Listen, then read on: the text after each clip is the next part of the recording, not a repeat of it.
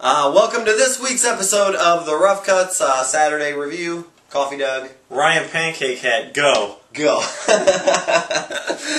This week we will be doing the 2005 film, A History of Violence. I guess I could call it a thriller. Directed by David Cronenberg, who did the remake of The Fly, Videodrome, some other 80s movies. It is based on a graphic novel, and it is just the story of a small-town man, lived there for years with his family. He stops a robbery in the diner that he owns and gets some very unwanted attention from the mafia. Yes, it's basically the man purposefully neglects telling his family anything so he can live another life, so he can live a more peaceful life. But then guess what?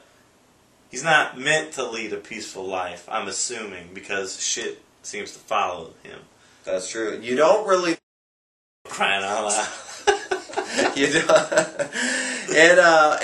Whenever they're like I said, it stars Viggo Mortensen, Ed Harris, William Hurt, Maria Bello. Actually, William Hurt, he only has about 10 minutes of screen time in this film. Who's William Hurt?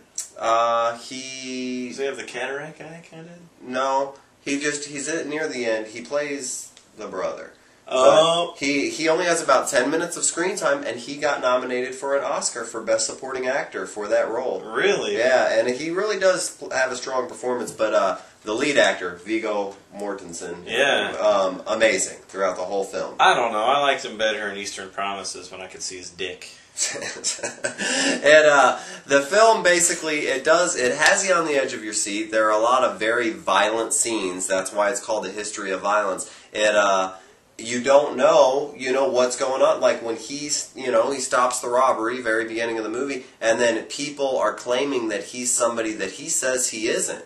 So is he telling the truth? Is he not? Why is he avoiding news interviews? And then it definitely makes you feel, is the violent life the right life? And if it is, can you ever leave it behind? Well, I'd say even at the beginning, as far as the movie flows, the beginnings got a little tension. I wouldn't say it's slow in the beginning, but it's definitely not fast-paced. So somewhere in between, I'd say the end picks up a little bit more as far as action goes. Yeah. So, if you're looking for an action movie, you're not going to get that. But I'd say basically this would be more along real lines. No big gaudy explosions, nothing like insanely out of the ordinary. Not like they're ramping a police car into a helicopter or anything.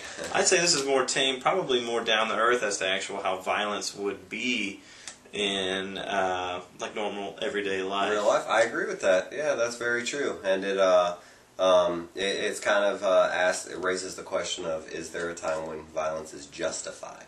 I honestly think that, because in our area there was a lady. She was walking to her car. She got stabbed 8 times and got thrown in the trunk. And they didn't take her cell phone, and that's the only way that she called 911 or the police, and they traced her cell phone, and they got her out. She was just in the hospital down the street from me. And my dad, had talked to her, but that's the story. They were talking about killing her and everything, and they were just driving her around, took her car. People who do that, in my mind, I instantly just would have taken my gun and been like, stab me, motherfucker. Now, you're pretty ready if somebody were to break in here, I think. I've actually been scared to try to pull a prank on you in your own house. Oh, dead, dude. This guy has every room ready and available for a siege. And it's almost you get levels like in a video game. If the fucker can get past the family room, if he even wants to make it down the hallway, he's got more coming. It's just like instantly harder to do. He's got the legendary door waiting on him back there. Well, yeah, I'll come charging at that with like a Spartan with his shield. And just keep pushing him back. And we need to go shooting sometime soon. Tex, you need to teach me some things. I'll teach you how to shoot a crow's eye out from 1,000 yards away.